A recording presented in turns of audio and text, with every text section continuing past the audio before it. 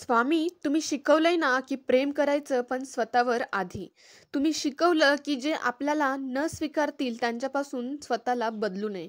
पण स्वामी, हे सगळं समजून सुद्धा मन गोंधळून जातं ना. कधी-कधी असं वाटतं, जे आपलं मनवतात तेच जेव्हा आपल्याला झुकायला लागतात, तेव्हा खरंच प्रश्न पडतो, आपण चुकीचे आहोत का? ही कथा आहे अशा एका मनाच्या प्रवासाची, जिथं प्रेम शुद्ध होतं, पण ज्याला सतत झुकावं लागलं. आणि शेवटी स्वामी समर्थांच्या कृपेने ती उभी राहिली, तेही आत्मसन्मानाने. स्वतःला गमवून कोणाच्या जवळ राहायचं नसतं, जवळचं म्हणून झुकणं. गावात एक शांत सरळ मार्गी मुलगी होती, नाम्या. तिचं मन भक्तिमय, स्वामी समर्थावर अपार श्रद्धा. तिला वाटायचं सर्वांशी प्रेमाने वागा, सगळे आपले होतील.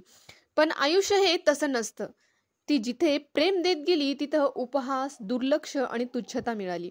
तिला सतत झुकावं लागलं, चुकीसाठी माफी मागावी लागायची जेव्हा ती चुकीची नव्हती सुद्धा. एके दिवशी तिची एक मैत्रीण थेट म्हणाली, "तू फारच साधी आहेस ग.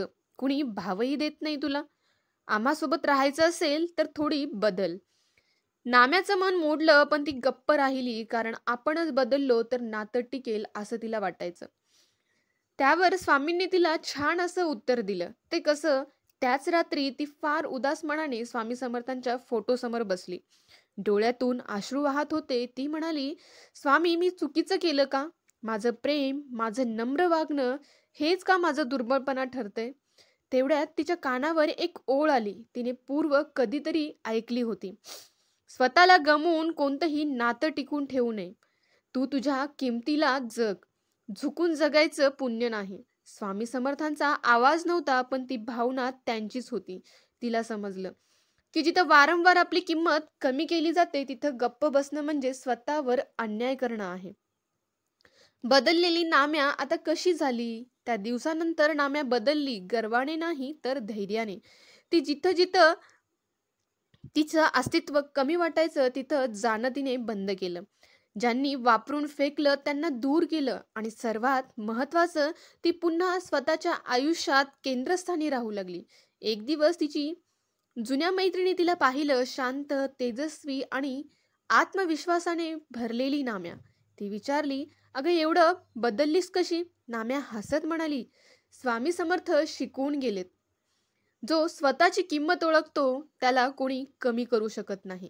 या कथेचा बोध असा आहे मित्रांनो, प्रेम द्या पण स्वतःची किंमत शून्य करून नाही. कोणाच्या जवळ राहणं जर तुमचं मन तोडत असेल तर तिथून निघून चला. स्वामी समर्थ भक्त आहेस ना, मग तुला गप्प बसायचं नाही. स्वतःवर प्रेम करायचं आहे.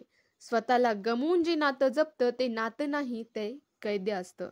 आणि स्वामी समर्थ सांगून गेले आहेत, स्वतःवर अन्याय करणं म्हणजे भक्तीचा अपमान.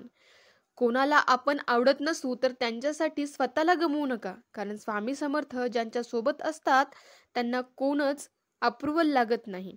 स्वतःवर प्रेम करा, तेच माझं खरं दर्शन आहे. स्वामी समर्थांचे असेच प्रेरणादायी विचार, नवनवीन विचार, संदेश आणि अनुभव कथा ऐकण्यासाठी चॅनलशी जोडून राहा. चॅनलला सबस्क्राईब करा आणि हो, बेल आयकॉन दाबायला विसरू नका, कारण आमची प्रत्येक कथा थेट तुमच्यापर्यंत पोहोचण्यासाठी मदत होईल.